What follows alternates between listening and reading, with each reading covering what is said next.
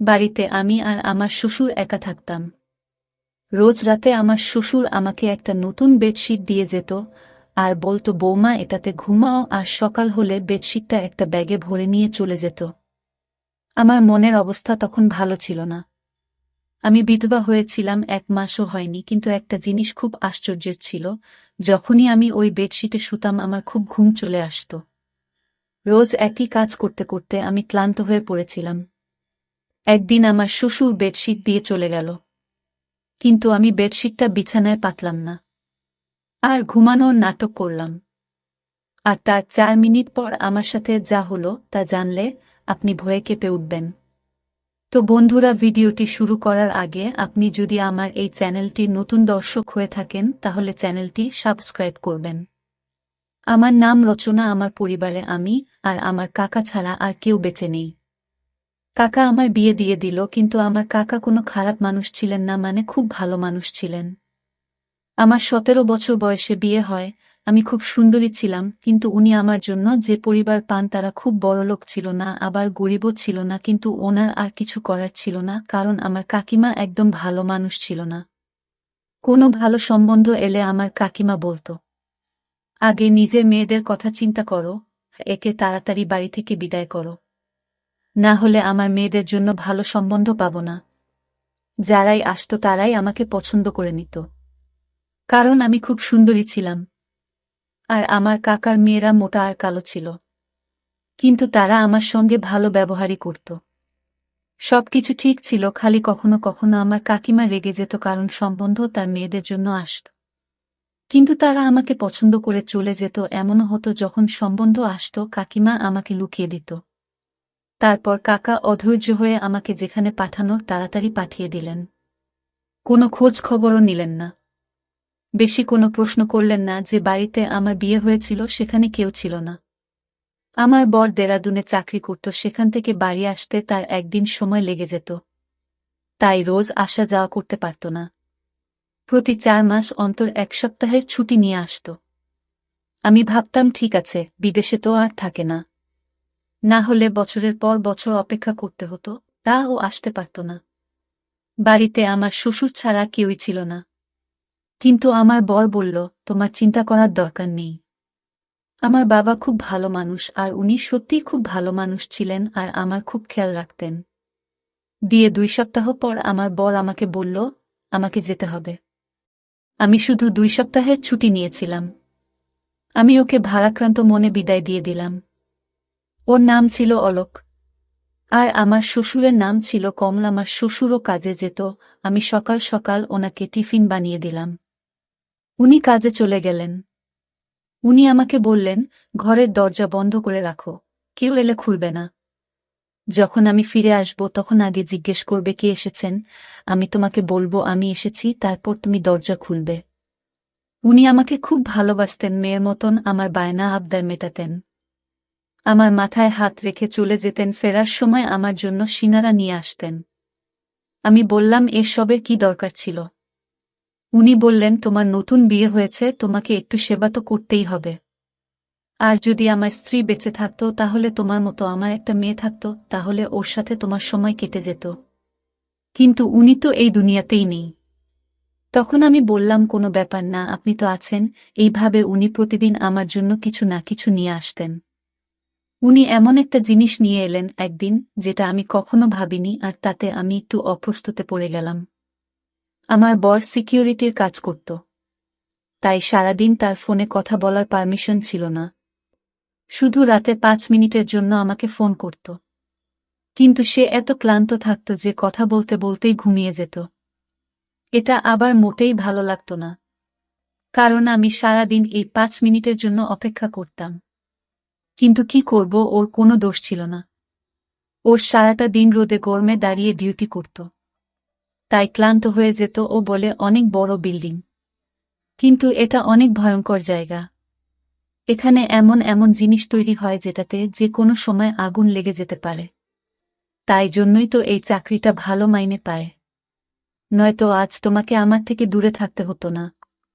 একদিন খুব খারাপ খবর এলো, আমার বর এই পৃথিবী ছেড়ে চলে গেছে। যে বিল্ডিংটার সামনে কাজ করত সেই বিল্ডিংটায় আগুন লেগে যায়। আর তাতে আমার বর মারা যায়, এটা আমার কাছে খুব বড় শক ছিল। আমি বিয়ের 2 মাস পরেই বিধবা হয়ে গেলাম। আমার কাকা আমাকে বলল ফিরে চল, কিন্তু কাকিমা চেঁচামেচি করল, বলল এ তো বিয়ের 2 মাস পরেই বিধবা হয়ে গেছে, এ একটা অপ্রিয়া, এর কালো ছায়া আমার মেয়েদের উপর পড়ে যাবে। এই যতদিন আমাদের বাড়িতে ছিল ততদিন কোনো কিছু ভালো হয়নি। যেদিন গেছে সেদিন আমাদের ঘরে একটু সুখ শান্তি এসেছে, আমি ওকে ঘরে ঢুকতে দেব না। বাধ্য হয়ে আমি সিদ্ধান্ত নিলাম আমি শ্বশুর বাড়িতেই থাকব। আমার কাকা বলল চিন্তা করিস না, আজকাল তো বিধবা ডিভোর্সি মেয়েদেরও বিয়ে হয়ে যায়, কাউকে না কাউকে পেয়ে যাবি, আমি তোর জন্য আবার ছেলে দেখব, কিন্তু আমি আর বিয়ে করতে চাই না, কারণ আমার বরের কথা আমার খুব মনে পড়ে। আমার শ্বশুর তাড়াতাড়ি কাজ থেকে বাড়ি ফিরে এলো আর আমি দেখলাম উনি সাথে করে একটা সাদা রঙের বেডশিট নিয়ে এসেছেন। বললেন বৌমা এটা বিছানায় পেতে এসো। আমি বললাম ঠিক আছে, কিন্তু আমার ওনাকে এটা জিজ্ঞেস করা উচিত ছিল, এটা পেতে আমি কেন শোব। উনি শুধু আমাকে এটাই বলেছিলেন, এটা তোমার জন্য এনেছি, নিজের বিছানায় পেতে নাও। আমি ভাবলাম বাড়ির জন্য এনেছেন, হয়তো এমনিতেও এই বাড়িতে বেশি কিছু জিনিস ছিল না, আর আমাকে উপহার দেওয়ার মতো কেউ ছিল না। কিন্তু সমস্যা তো তখন হলো যখন সকালে উনি এসে আমাকে বললেন বৌমা বেডশিটটা আমাকে ফেরত দাও। আমি ভেবেছিলাম উনি এটা আমাকে রাখতে দিয়েছেন। আমি বললাম কিন্তু আমি তো ওটা বিছানায় পেতে দিয়েছি, আর রাতে ওটার উপরে ঘুমিয়েছি। উনি বললেন কোন ব্যাপার না, ভালোই করেছ, রাতে ওটার ওপর ঘুমিয়েছ, কিন্তু এখন আমাকে ওটা ফেরত দাও। আমি ওই বেডশিটটা বিছানা থেকে তুলে আমার শ্বশুরকে ফেরত দিলাম। উনি বেডশিটটা ব্যাগে ভরে নিয়ে চলে গেলেন, দেখে তো মনে হচ্ছিল ওটা নতুন আর খুব দামি মনে হচ্ছিল, তাই জন্য হয়তো ফেরত দিতে চলে গেলেন। আমিও বেশ কিছু প্রশ্ন না করে বেডশিটটা ফেরত দিলাম। আবার বরের কথা আমার খুব মনে পড়ত, কিন্তু আজকে রাতে আমি খুব ভালোভাবে ঘুমিয়েছি। কিন্তু আগে বেশ কিছুদিন শুয়ে আমি রাতে বিছানায় শুধু কাঁদতাম, কেঁদে কেঁদে পাগলের মতো হয়ে যেতাম। আমার মনে হতো সব কিছু মিথ্যে। এখনই হয়তো আমার স্বামী ফিরে এসে বলবে ওই খবরটা মিথ্যে ছিল। আমি তো একদম ঠিক আছি, আমার তো কিছুই হয়নি, কিন্তু এগুলো শুধুই মন বোঝানো কথা। এরকম ভাবে কি কেউ ফিরে আসে? জীবন বড় খারাপ জিনিস, মানুষের সাথে ন্যায় বিচার করে না, উল্টে মানুষকে এমন পরিস্থিতির মধ্যে ফেলে দেয় যেটার জন্য সে প্রস্তুত ছিল না। আমি তো কখনো ভাবিনি যে আমি এত তাড়াতাড়ি বিধবা হয়ে যাব। আর আমার স্বামী, যার সাথে আমি মাত্র 2 সপ্তাহ কাটিয়েছি, সে এই পৃথিবী ছেড়ে চলে গেল। আমার মনে শুধু একটাই আশা, হয়তো আমি মা হতে চলেছি। আমার স্বামী মারা গেছে মাত্র 1 মাস হয়েছে। কিছুদিন আর যদি বাঁচত তাহলে হয়তো আমি নিশ্চিত হয়ে যেতাম যে আমি সত্যিই মা হতে চলেছি নাকি সেটা নয়, কারণ যখন আমার স্বামী ফিরে গিয়েছিল তার 20 দিন আগে সে আমার কাছে ছিল, আর তার যাওয়ার 2 দিন পরই খবর এলো যে সে আর বেঁচে নেই। তাই জন্য আমার মনে একটা আশা ছিল। রাতে যখন শ্বশুর ফিরে এলো তখন আবার একটা বেডশিট নিয়ে এলো, বলল বিছানায় পেতে নিতে। আমি বললাম কি ব্যাপার, আপনি ফেরত দিতে কেন গেছিলেন? উনি বললেন যে দোকান থেকে আমি এই বেডশিটটা নিয়েছিলাম, ওই দোকান থেকে আমার বন্ধু ও বেডশিট নিয়েছিল, কিন্তু ও বোন বাবা ওটা দাম কমে গিয়েছে, আর আমারটা দাম বেশি নিয়েছে, তাই আমি ওটা নিয়ে ঝগড়া করতে গেছিলাম। দোকানদার আমাকে 2 টাকা ফেরত দিয়েছে, তুমি গিয়ে শুয়ে পড়ো। আমি বললাম ঠিক আছে। আমি আবার বেডশিটটা পেতে নিয়ে শুয়ে পড়লাম। এমন ঘুমান না, একেবারে সকালে গিয়ে ঘুম ভাঙল, কিন্তু সকালে আমার শরীরটা ভালো লাগছিল না। আমার মনে হচ্ছিল আমি মা হতে চলেছি। তখন আমার মাথাটাও ঘুরছিল, আর গা হাত পা ব্যথা করছিল। কিন্তু সকালে যখন জল খাবার বানাচ্ছিলেন, শ্বশুর আবার এসে বলল বেডশিটটা ফেরত দাও। আমি অবাক হয়ে গেলাম। আমি ওনাকে কিছু জিজ্ঞেস করতে গেলাম তো উনি বললেন আবার এখন টাইম নেই, তাড়াতাড়ি ওটা নিয়ে আসো। আমি তাড়াতাড়ি ওটা এনে ওনাকে দিয়ে দিলাম। উনি কোনো উত্তর না দিয়ে বাজারে চলে গেলেন আর বললেন আমার অনেক কাজ আছে বোমা, তুমি নিজের খেয়াল রেখো। আমি ভাবলাম এসব কি হচ্ছে, কখনো ফেরত দিতে চলে যান, কখনো নিয়ে চলে আসেন, জানি না উনি কি করছেন। বুড়ো মানুষ, এরা খুব সহজেই অন্য লোকের কথা বিশ্বাস করে। যখন বেডশিটটা নিয়েছে তখন চুপচাপ রেখে দিন। 1-2 টাকার জন্য এত ঝামেলা করার কি আছে? আজকাল তো 2 টাকায় একবার খাবারটাও হয় না। কিন্তু আমার শ্বশুরকে কে বোঝাবে? আমার শরীরটা পুরো দিন খারাপ হয়ে রইল। আমি মনে মনে খুশি হলাম যে আমি মা হতে চলেছি। আমি এই জন্য খুশি হয়েছিলাম যে আমার স্বামীর কিছু না কিছু চিহ্ন তো আমার কাছে থাকবে। আমি ভেবে নিয়েছিলাম যে যদি ছেলে হয় তাহলে আমি তার নাম আমার স্বামীর নামে রাখব। এই ভেবে অলোক আমার জীবনে আবার ফিরে আসবে। কেউ তো আমার নিজের হবে, না হলে তো আমার জীবনে নিজের বলে কেউ নেই। একমাত্র স্বামী ছিল সে, ও এই পৃথিবী ছেড়ে চলে গেল। আমার শ্বশুর তো রুটিন বানিয়ে ফেলেছিল। উনি রাতে আমাকে পেয়েছি দিতেন, আবার সকালে ফেরত চেয়ে নিতেন, আর আমি এমন ঘুমিয়ে পড়তাম যে আবার কোনো হুঁশ থাকত না। আমি কোথাও শুনেছিলাম যে যখন মহিলারা হয় তখন তার খুব ঘুম পায়। তাই জন্য আমি অন্য কিছু না ভেবে এই সব নিয়েই বলেছিলাম, কিন্তু 1 সপ্তাহ পর আমার এই আশাটা ভেঙে গেল। আমার মন খুব খারাপ হলো। আমি গর্ভবতী ছিলাম না, আমার স্বামীর কোনো চিহ্ন আমার কাছে রইল না। আমার খুব বেশি আফসোস লাগছিল, খুব কাছে ছিলাম। শ্বশুরকে এসব কিছুই বলিনি, কিন্তু উনি জিজ্ঞেস করলেন কাঁদছ কেন? আমি বললাম না, কিছু না। কিন্তু আবার আমি চিন্তা করতে লাগলাম, যদি আমি গর্ভবতী হব তাহলে আমার এত কেন ঘুম পায়, আমার শরীর এত ব্যথা হয় কেন? আমি তো ভাবছিলাম এসব কিছু গর্ভবতী হওয়ার জন্য হচ্ছে, তাহলে আমার শরীর এত খারাপই বা ছিল কেন? কিন্তু এখন কাকে বলবো? আমাকে ডাক্তারের কাছে নিয়ে চলো। শ্বশুরকে বলতে কেমন অস্বস্তি হচ্ছে। কাকে বলবো? তো কাকা কি ভাববে? যদি আমার স্বামী বেঁচে থাকতো তো ওর সাথে চলে যেতাম। কিন্তু ধীরে ধীরে যন্ত্রণা বাড়তে লাগলো। রাতে খুব গভীরভাবে ঘুমিয়ে যেতাম, বুঝতে পারতাম না কখন ঘুমিয়েছি আর কখন জেগে আছি। আর এদিন এক দৃশ্য দেখে আমি তো অবাক হয়ে গেলাম। দেখলাম আমার শ্বশুর নিজেই বেডশিটটা ধরছে। আমি অবাক হলাম এটা ভেবে যে ইনি চাদরটা ধরছেন কেন। উনি কি মনে করেন যে আমি চাদরটা নোংরা করে ফেলেছি? তাই যদি মনে করে তাহলে আমাকে বললেই পারতেন, আমি নিজে ধুয়ে দিতাম। কিন্তু তিনি চাদরটা নিয়ে কি কাজ করছেন? এটা আমার ঘরে ছিল। আমি মনে করতাম আমার শ্বশুর ছেলের মৃত্যুতে হয়তো পাগল হয়ে গেছেন, অদ্ভুত অদ্ভুত কাজকর্ম করছেন। একটা চাদর গিয়ে বারবার খেয়ে ধরে, রাতে বলে পেতে নাও, সকালে বলে ফেরত দাও। এই ধরনের আচরণ তো কোনো নর্মাল মানুষ করবে না। কিন্তু আমি কিছু বলতাম না, কারণ আমার থেকে বেশি ক্ষতি ওনার হয়েছিল। ওনার বুড়ো বয়সের লাঠি হারিয়ে গেছিল। আমার স্বামীর মৃতদেহটাও আমরা পাইনি। শুধু আমাদের এটুকু বলে দেওয়া হয়েছিল যে সে এই পৃথিবী ছেড়ে চলে গেছে। কারণ বিল্ডিং এ আগুন লেগেছিল, তাই বেশিরভাগ লোকের মৃতদেহ পাওয়া যায়নি শেষবারের মতো। আমার শ্বশুর ছেলেকে প্রাণ ভরে দেখে ও নিয়ে আর আমিও দেখিনি। তাই জন্য হয়তো আমাদের মনে অনেক দুঃখ জমেছিল। আর সেই দুঃখটাকে বার করার জন্য উল্টো একটা কাজকর্ম করছিলেন। আমি এই বিষয়টায় বেশি গুরুত্ব দিলাম না, আর আমার শরীর আরও বেশি খারাপ হতে লাগল। আমি আমার শরীর নিয়ে খুব বেশি অসুবিধায় পড়লাম। এখন তো আমি ঘরের কাজ করব ঠিক করে করতে পারছিলাম না। আমার খালি বমি হতো। একদিন আমার শ্বশুরবাড়ি ছিল না, তখন একজন প্রতিবেশী আমার বাড়িতে এলো। আমি তাকে সবকিছু বললাম। সব শুনে সে বলল, তোমার শরীর তো খুব খারাপ মনে হচ্ছে, এরকম ভাবে চললে হবে না। বাড়িতে শুধু যদি শ্বশুর থাকে তাহলে ওনাকে বলবেন না তো কাকে বলবে? এতে লজ্জা পাওয়ার কি আছে? লজ্জা পেতে গিয়ে মরে যাবে নাকি? চলো তুমি আমার সঙ্গে। সে আমাকে হাসপাতালে নিয়ে গেল। ডাক্তার আমাকে চেক করে বলল আমি মা হতে চলেছি। শুনে তো আমি থমকে গেলাম। আমি বললাম, ডাক্তারবাবু এটা কি করে সম্ভব? আমার স্বামী তো মারা গেছে। উনি আমাকে কোনো তারিখের ব্যাপারে জানতে চাইলেন। আমি ওনাকে সবকিছু বললাম। আমি ওনাকে বললাম, হ্যাঁ, আমারও আগে মনে হতো এমনটা, কিন্তু সেটাও তো প্রায় 1 মাস হয়ে গেছে। আমার স্বামী 2 মাস আগে আমাদের ছেড়ে চলে গেছে। কিন্তু ডাক্তার বলল, কখনো কখনো এরকমটাও হয়, হয়তো আপনার সাথেও এমনটাই হয়েছে। মহিলার শরীরে কোনো লক্ষণ দেখা দেয় না, কিন্তু তবুও সে গর্ভবতী হয়। আমি তো কিছুই বুঝতে পারছিলাম না। তারপর ডাক্তার আমাকে বলল, তুমি কারো সাথে কোনো নোংরা কাজ করনি তো? আমি বললাম, সৃষ্টিকর্তার দিবি, আমি এমন কোনো কাজ করিনি।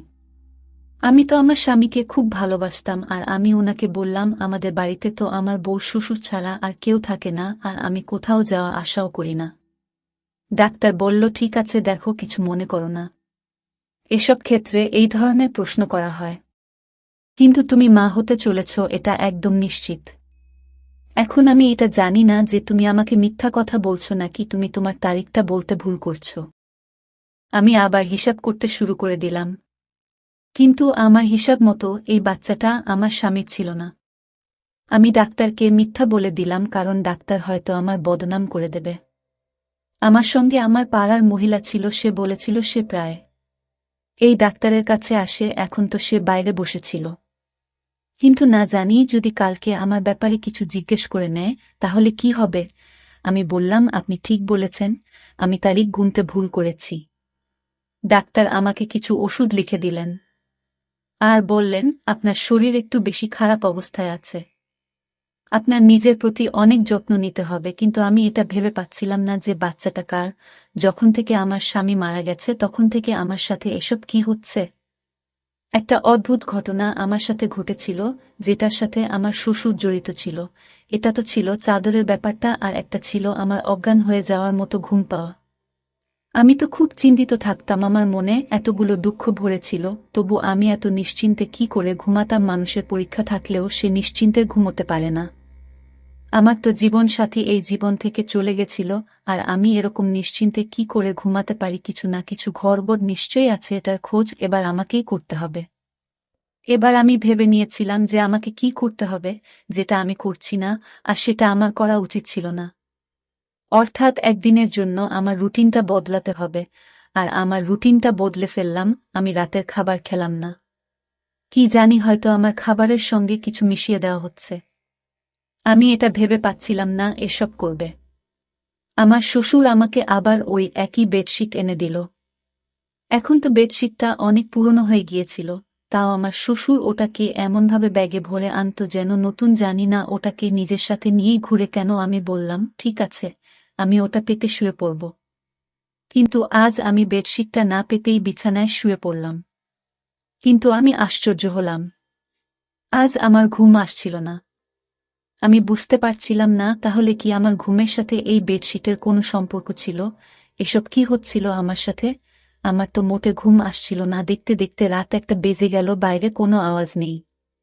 কিছুক্ষণ পর একটা আওয়াজ এলো। আমি ভাবলাম হয়তো শ্বশুর জল খেতে বা বাথরুমে যাওয়ার জন্য উঠেছেন। কিন্তু কেউ যেন আমার ঘরের দিকেই আসছিল, আর ঘরের ভিতর ঢুকে পড়ল। ঘরের লাইট বন্ধ ছিল। আমি জোরে জোরে নিঃশ্বাস নিয়ে ঘুমানোর অ্যাক্টিং করছিলাম, কারণ আমি দেখতে চাই এটাকে। এমনিতে আমার খুব ভয় করছিল। আমার ঘরে তার কি কাজ ছিল। কিন্তু কিছুক্ষণ পর যখন সেই ব্যক্তি আমার পাশে এসে শুয়ে পড়ল আর আমাকে জড়িয়ে ধরল, তখন আমি চিৎকার চেঁচামেচি করতে শুরু করে দিলাম। তারপর লাইট জ্বেলে দেখতেই আমি চমকে গেলাম, কারণ সেই ব্যক্তি অন্য কেউ নয়, বরং আমার শ্বশুর ছিল। ওই চাদরটার দিকে দেখলেন আর রেগে গিয়ে আমাকে বলেন, আজকে চাদরটা পাতনি কেন।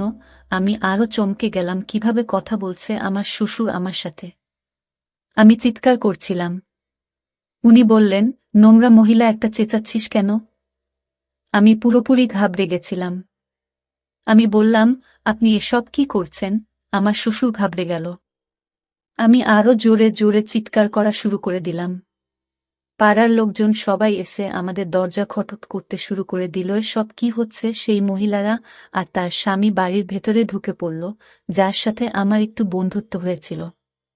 আমি ওদের চিৎকার করে শুধু এটুকু বললাম, পুলিশকে ডাকো, ইনি আমার ইজ্জতের উপর হামলা করেছেন। ওরা তো হকচকিয়ে গেল। সারা পাড়ার লোক জড়ো হয়ে গিয়েছিল। পাড়ার লোকেরা সবসময় বিরক্ত থাকত।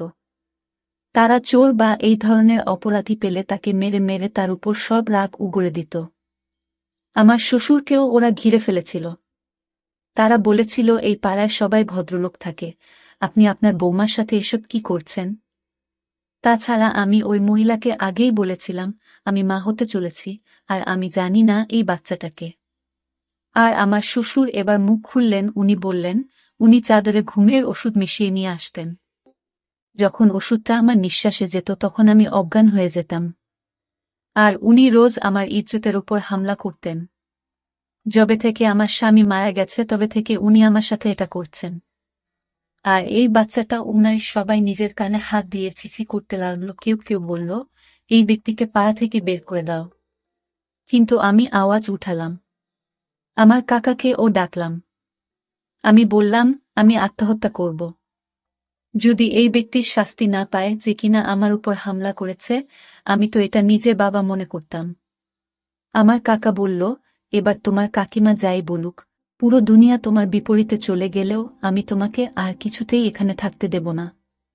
আমার শ্বশুরকে পুলিশ নিয়ে গেল, আমি আমার কাকার বাড়ি চলে গেলাম। কিন্তু আমি সবসময় টেনশনে থাকতাম, এটা আমার কি হয়ে গেল?